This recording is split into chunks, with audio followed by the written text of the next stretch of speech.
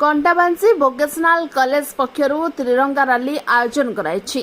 देश प्रेमर एक स्पंदनशील प्रदर्शन लिए कंटाबांसी वोकेशनल कॉलेज गुरुवार दिन कंटाबांसी सहर में एक त्रिरंगा रैली आयोजन करथिला। शह शह छात्रछात्री एवं शिक्षक ए रैली रे अंशग्रहण करथिले।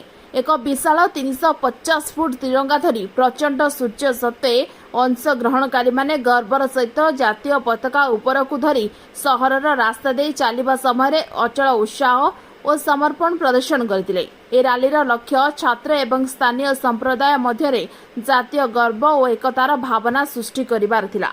एही कार्यक्रम कॉलेजर छात्रछात्री मानक मध्य देशप्रेम एवं जातीयतार भावना वृद्धि करबा पई प्रतिबद्धता को प्रदर्शन करथिला।